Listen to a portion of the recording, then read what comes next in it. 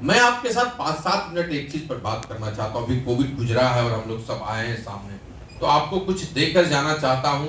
और उसके लिए मैं एक रॉबर्ट स्कूलर की एक पंक्ति बोलना चाहता हूँ, ठीक है ना? और वो हमेशा याद रखना है, ठीक है ना? That is tough time always come, है ना?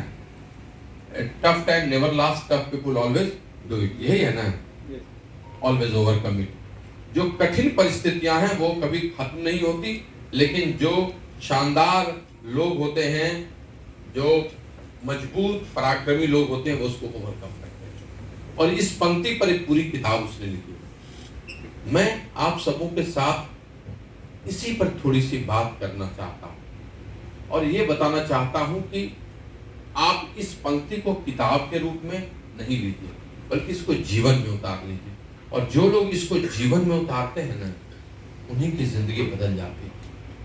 कार में प्रथम से चर्चा कर रहा था, तो उसने कहा भैया डिसाइड कर लिए, 6 महीने से मैं एक गंदी चीज कर रहा था। मैं सोच रहा था कि इस महीने सब कुछ सेट कर लेता हूँ प्रॉब्लम को, तो और अच्छे से बिजनेस कर डालूंगा। लेकिन ससुरा 6 महीना हो गया, प्रॉब्लम खत्म नहीं हुआ। तो आज मैंने डिसाइड कर लिया कि अब इसी में करेंगे और अच्छे से करेंगे और बढ़िया करेंगे। यानी टफ टाइम तो कभी खत्म होता ही नहीं है, तो फिर टफ लोग उसी में करते हैं और वही आगे बढ़ते भी हैं। जो लोग यह सोचते हैं कि उनके लिए एक समशीतोष्ण जलवायु आएगी या उम्र का एक पड़ाव आएगा, वो कभी नहीं आता। जब आदमी बचपन में रहता है, सोचता है जवान होंगे ना तो क्या क्या नहीं कहर खा देंगे। जब जवान होता है सोचता है नौकरी मिलेगी तो फिर तो सब पर लुटा देंगे। जब नौकरी होती सोचती है शादी हो जाएगी तो फिर ये कर लेंगे। जब शादी होती है तो सोचता है अब 40 के बाद ये सब कर लेंगे। जब 50 का होता है तो सोचता है अब तो यह कर लेंगे। 60 के बाद चीजें छूटने लगती है, फिर सोचता है कम से कम इस पार नहीं तो उस पार की तैयारी करने लगे, और इसी में पूरी जिंदगी निकल जाती है। टफ टाइम कभी खत्म होता है? कभी खत्म। तो आदमी को जो भी करना है वो इसी में करना है। और जो लोग टफ टाइम को अपनी प्रेमिका बना लेते हैं, उनको हमेशा सब कुछ मिलता रहता है।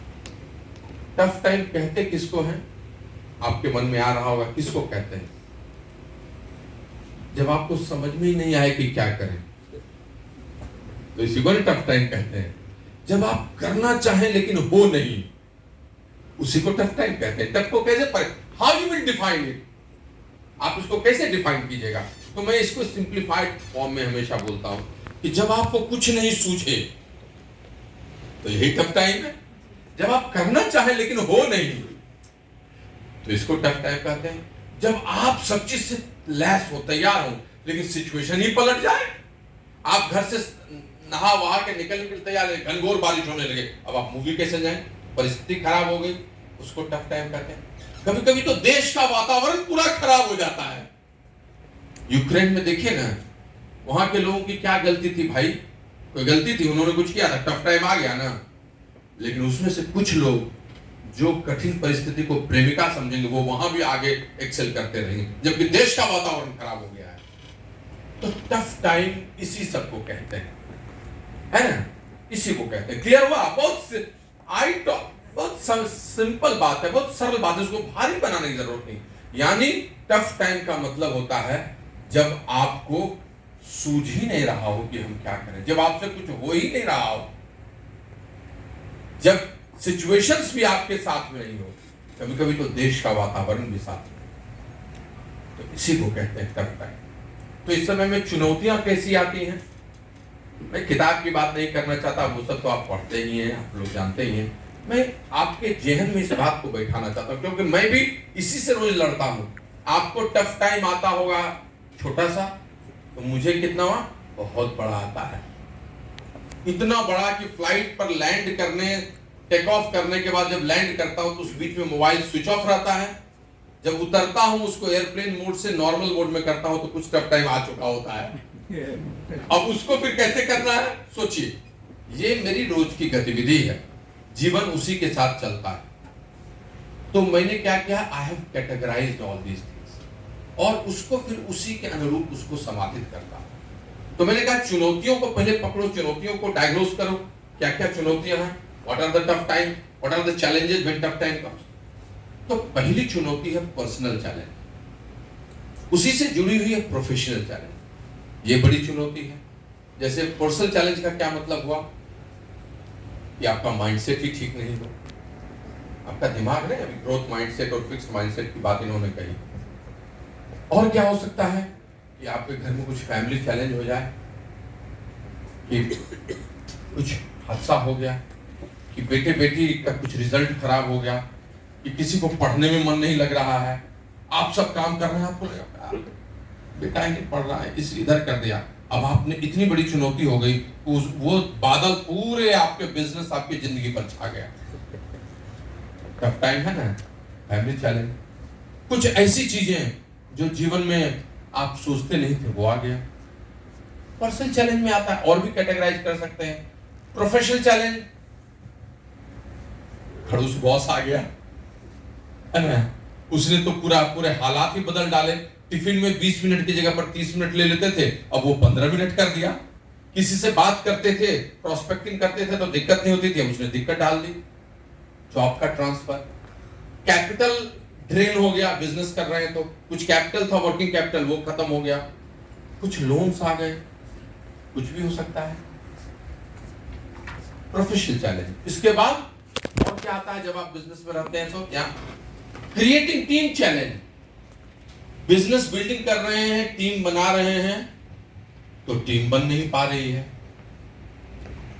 स्पॉन्सरिंग रेट कम हो गया, किसी किसी की तो रुक गई, किसी की विड्थ नहीं खुल रही है, भाई कैसे एमरल्ड जाएंगे, किसी के डेप्थ में अच्छा काम नहीं हो रहा है, तो टीम का जो क्रिएशन था उसी में चैलेंज हो गया। यही टफ टाइम आपके हमारे अपने एमवे बिजनेस में क्या क्या टफ टाइम आता है, I am describing it. Creating team challenge, ये आ जाता है, नहीं बन पा रहा है, दिक्कत हो रही है। और क्या आता है, चेंजिंग पिन चैलेंज। काम तो ठीक चल रहा है, 10,000 पे भी हो रहा है, चीजें पिन ही नहीं बदल रहा है, बेसिक पिन नीचे से इरोड हो गए हैं। जो लोग अच्छे थे, कुछ बीएफआई, वो सब गायब हो गए हैं। हम जिस लेग्स पर काम कर रहे थे वो नहीं आ रहा है। ये चेंजेस आता है ना कि नहीं आता है? आता है। ये इस तरह की चुनौती आपको बिजनेस में आएगी, और ये चुनौती भी आपको छोटी मोटी चुनौती नहीं होती है, बड़ी चुनौती ही होती है ना दोस्तों।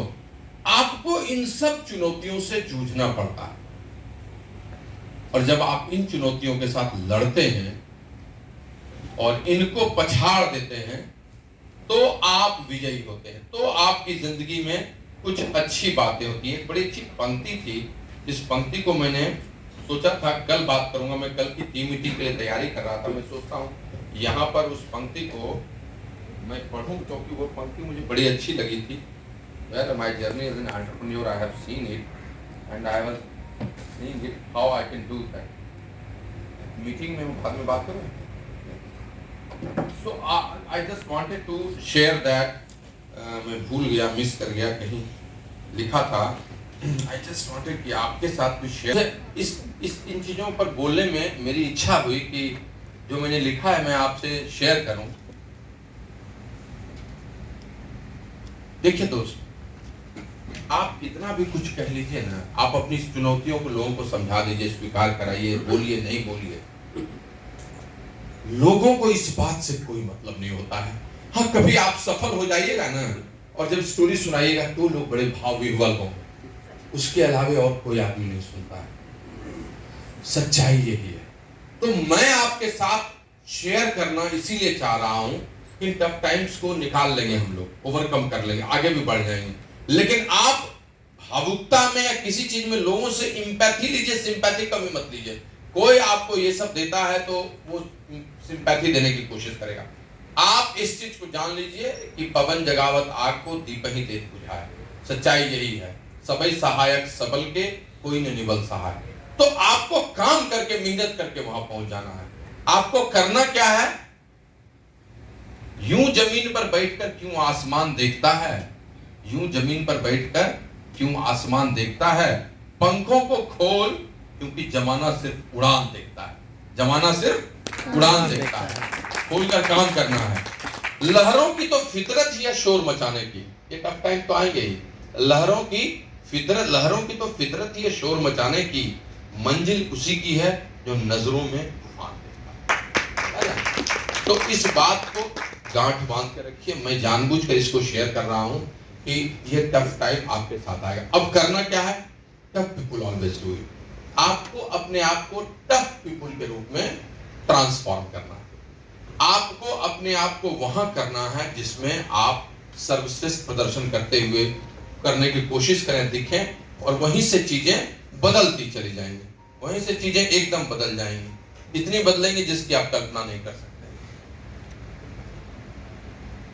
जो सबसे बड़ी चुनौती हमारे बिजनेस में है, उस चुनौती से अधिकांश लोग नहीं गुजर पाते हैं। प्राइमरी सक्सेस के बाद दिक्कत हो जाती है। जो सबसे बड़ा टफ टाइम उनके लिए हो जाता है, that is culture change, culture challenge. संस्कृति की चुनौती जो है वो सबसे बड़ी चुनौती होती है। वो जितना जल्दी जो लोग भी कर लेते हैं अपना और अपनी टीम में, फिर उस चुनौती से निकल जाते हैं। जैसे लोगों को प्रॉपर गेटिंग स्टार्टेड कराने की चुनौती, पहले लोग आए, ज्वाइन करा, ऐसे कर लिए। 100 पे भी फर्स्ट वीक में कराने की चुनौती, ये कल्चरल चेंज है ना। हर महीने 2 स्पॉन्सरिंग करें, डायरी लिखें, ये कल्चरल चेंज है। ये कल्चरल चेंज हम इस बिजनेस में लोगों को नहीं करा पाते, ये सबसे बड़ी चुनौती होती है। और जो लोग इन चीजों को करा देते हैं, फिर उनके साथ टफ टाइम इस बिजनेस में हमेशा के लिए खत्म हो जाता है। दूसरे आते हैं टफ टाइम, पर्सनल चैलेंजेस आएंगे, प्रोफेशनल चैलेंजेस आएंगे, वो सब को आप ओवरकम करते रहेंगे, वो चलता रहेगा। लेकिन अगर आपने कल्चरल चेंजेस नहीं को खत्म किया, जो चुनौतियां हैं, सांस्कृतिक चुनौतियां, तो फिर खत्म हो जाएगा। मैंने कभी भी एक स्पीच में चर्चा की थी, 3 चीजें बहुत इंपॉर्टेंट है इस बिजनेस में, और इस 3 चीजों को जो लोग अडॉप्ट कर लेते हैं, बदल देते हैं। Leader, structure and culture. जो लोग अपने ग्रुप में लीडरशिप क्रिएट करते हैं, हमेशा उनका बिजनेस बड़ा होता है। जो लोग अपने स्ट्रक्चर पर हमेशा ध्यान दिए रहते हैं, उनका बिजनेस खराब नहीं होता है। और जो लोग अपनी टीम में कल्चर अडॉप्ट कराते रहते हैं अच्छा, उनका बिजनेस कभी बिजनेस नीचे नहीं जाता। तो ये कल्चरल चैलेंज को, ये सबसे बड़ी चुनौती है, इसको ठीक करने की जरूरत है। अब आपको टफ बनना होगा। टफ कैसे बनिएगा? आपको इस बिजनेस के अंदर में अपने आप को तराशने के लिए और टीम को तराशने के लिए तैयार हो जाना है। और इसके लिए सैकड़ों उदाहरण हैं। मैं तो हर उदाहरण देने के लिए यहाँ खड़ा नहीं हूँ और न उस पर बार बार चर्चा करूंगा, लेकिन मैं आपको सच बताऊं, दुनिया के हर एक सेगमेंट में सब लोगों को बड़ी चुनौतियां आई हैं, लेकिन जो लोग टफ पीपुल थे वो निकल गए। अभी चर्चा की ना, ब्रांड की चर्चा, अमिताभ बच्चन की चर्चा की, तो बस उन्हीं की चर्चा कर देता हूँ और किसी की चर्चा नहीं करता हूँ। कितना जानते हैं आप लोग अमिताभ के बारे में? सब लोग जानते हैं। कुछ लोग उनकी चुनौतियों के बारे में भी जानते हैं। इनके जीवन का जो ग्राफ गया है, उस ग्राफ को कोई जाने तब उनको समझ में बात आएगी। वो शख्सियत कहाँ से उठ कर गया। मैंने ख्वाजा अहमद अब्बास के पास गया, हरिवंश राय बच्चन की एक चिट्ठी लेके, फिल्मी दुनिया में 7 हिंदुस्तानी फिल्म मिली थी, कैसा लगता था देखने में अमिताभ बच्चन। वहां से कहानी की शुरुआत की, फरेब, सौदागर, ये सब फिल्में उसकी थी। लेकिन जीवन में उसने चुनौतियों को झेला, तो फिर हिट आफ्टर हिट, एक से एक। आप सब जानते हैं, जंजीर, दीवार, शोले, अभिमान, मुकद्दर का सिकंदर, मिस्टर नटवरलाल, सुहाग, अमर अकबर एंथोनी, लावारिस, दोस्ताना। कौन सी ऐसी फिल्म थी जो उसने नहीं थी? क्या था? मुझे नहीं लगता है जितना सुंदर अमिताभ 80 के दशक में लगता था, उतना सुंदर कोई और हीरो लगता होगा। जो भगवान ने उसे दिया था, जिस तरह की आवाज, जिसको भोंडी आवाज लोगों ने डिक्लेयर कर दिया था, उसी आवाज के लोग कैसे दीवाने हो गए। अमिताभ बच्चन किसका नहीं महानायक है? कौन ऐसा आदमी है जो उसको पसंद नहीं करता? उसने जीवन में वो देखा, लेकिन जब गिरा तो जीवन में उसने क्या देखा? इतना खराब दिन देखा जिसकी आप कल्पना नहीं कर सकते। कुली फिल्म में दुर्घटना हुई, मौत के मुंह में चला गया था, खत्म होते हुए बच के निकला। सारी फिल्में फ्लॉप आफ्टर फ्लॉप होती चली गई। 90 के दशक में कुछ बचा ही नहीं। 95 में तो आकर स्थिति ये हुई कि उसके जैसा कर्जदार पूरी मुंबई में कोई था ही नहीं। सर झुकाकर गेट नहीं खोलता था। जलसा प्रतीक्षा में से जलसा भी बिक गया, सारे घर बिक गए, सिर्फ एक घर बचा जिसके दरवाजे पर नहीं आता था, क्योंकि 20 कर्जदार वहां पर लेनदार खड़े रहते थे। सर झुकाकर ने पीछे के किवाड़ से चोरी से निकलता था आदमी, कोई काम नहीं मिलता था, अंदर में चुपचाप रोता था वो आदमी। सोचिए, इससे खराब स्थिति हो सकता है? अमीरी की कब्र पर पनपी हुई गरीबी कितनी जहरीली होती है। ये जिंदा है। इससे अधिक टफ टाइम किसी को आया? हमको आपको क्या आया? अरे 2 को प्लान नहीं हो सका, एक ज्वाइनिंग था चला गया, इस महीने क्वालिफिकेशन चला गया, अरे फिर से ये ग्रुप बनाना होगा। ये क्या है ये सब चैलेंज भाई? यहां आदमी रोटी दाल खत्म हो चुकी है, -100 करोड़ में है, आत्महत्या आज करें कि कल करें इस स्थिति में है। Can you believe? क्या माइंडसेट होता है उस समय आदमी का? क्या आप जान सकते हैं उस समय उसका क्या माइंडसेट होता है? क्या आपको पता है उस समय उसका क्या डिप्रेशन का हाल होता है? आपका क्या है? आपको चलिए कूदते रहिए, कुछ हुआ ही नहीं है, भगवान की कृपा से कुछ हुआ ही नहीं है। हाँ? यहां से वहां से वहां खड़े हो जाइएगा, नारियल पानी बेचेगा, 20,000 आने लगेगा। क्या हुआ है? एक नौकरी गई, आ जाएगी, फिर आ गई, क्या होगा? कुछ नहीं हुआ आपके साथ। और वहां पर से उस आदमी की फिर से शुरुआत होती है, क्योंकि उसने अपने आप को टफ बनाया। वो मरा नहीं, वो बाउंस बैक किया। बीपीएल का ऐड आता है और फिर कौन बनेगा? करोड़पति आता है, और फिर कहानी बदलती है। फिर आप सब जानते हैं उसके बाद की कहानी, फिर जानते हैं कि अमिताभ क्या है, पीकू और कभी खुशी गम और मोहब्बतें और सब फिल्म आप जानते हैं आप, और आप जानते हैं कि अमिताभ क्या है। आज भी कौन बनेगा करोड़पति इसीलिए उसने नहीं छोड़ा, क्योंकि उस केबीसी ने उसकी जिंदगी को बदला। इसलिए स्टार प्लस का वो हमेशा कर्जदार एहसानमंद है। मैं क्या बोलना चाह रहा हूं आपको?